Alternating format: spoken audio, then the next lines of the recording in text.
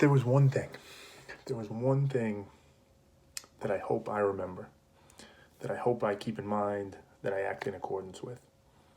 There was one thing that I hope my son um, carries with him throughout life, and others for that matter. But ultimately, who can I speak for aside from myself and maybe my son to a small degree?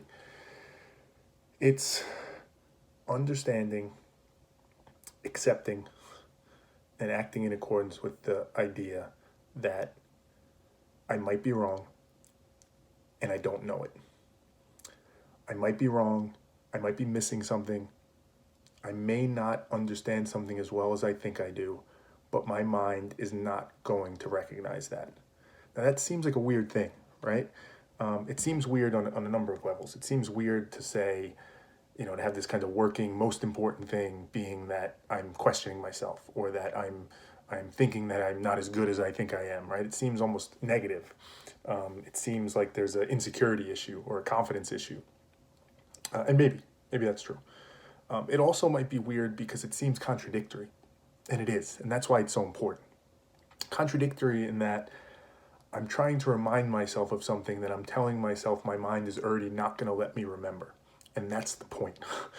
The point is this idea of acknowledging and accepting that our minds have blind spots, biases, flaws, ego issues, insecurities, all these things that generate a narrative in our head that doesn't allow us to acknowledge that we might be wrong or that we might be seeing something wrong.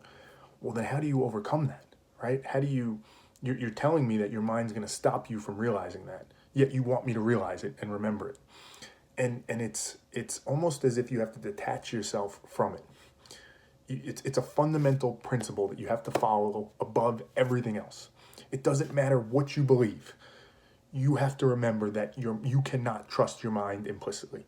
You have to always remember that there is a chance that in this situation, whatever situation that is, maybe it's an important one, maybe it's not an important one, right? Who knows? There's a chance that you are seeing it wrong and you don't know it. That has to be the working basis. That has to be the place that you come from in everything. Now, it's delicate.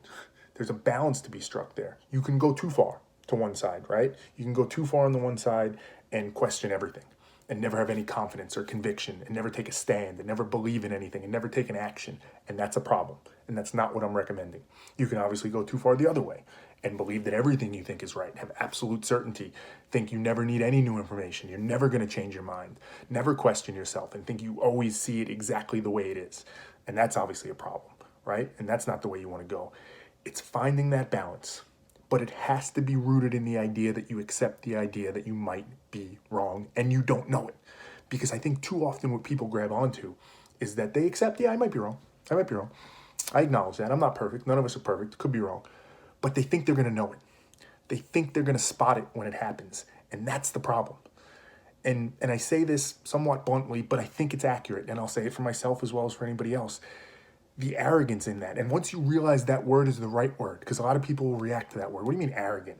How dare you call me arrogant? Well, I'm not. Well, I am, but I'm calling myself arrogant too. If I were to believe that I would always catch it when I'm wrong. The arrogance I would have to have about my ability to see things clearly, to be so introspective and reflective and clear about how I think and how I function that I would literally catch it every time I get something wrong. That's the problem. We can't. We cannot catch it every time. We will not catch it every time.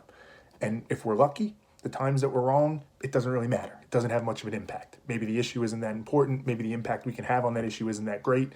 So it doesn't really matter that much. But sometimes it might. Sometimes it might be the most important issue. It might be something professionally. It might be something in your relationship. It might be something in your parenting.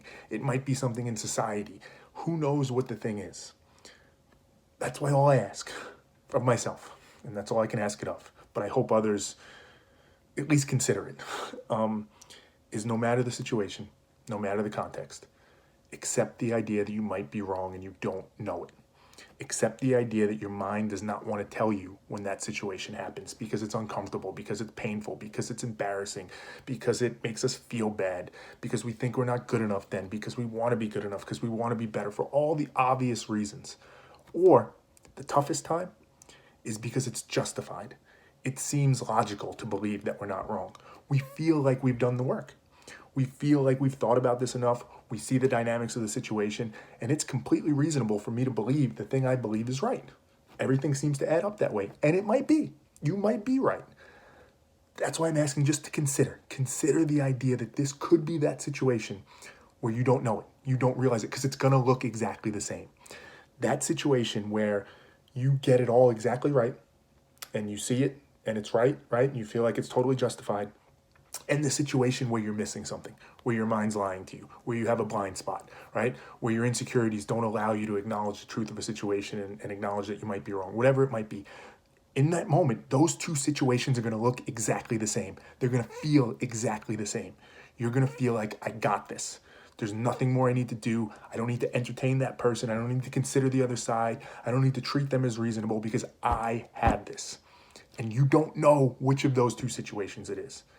So just entertain the idea that it might be that other one. It might be one of those times where you're missing it and your mind's not letting you realize it. Do the little bit of extra work to try and check for that. And the only way that'll happen, the only chance we have, I have, you have, any of us have, is if we leave the door open a crack. If we have this fundamental working belief that there's always a chance I might be looking at it the wrong way.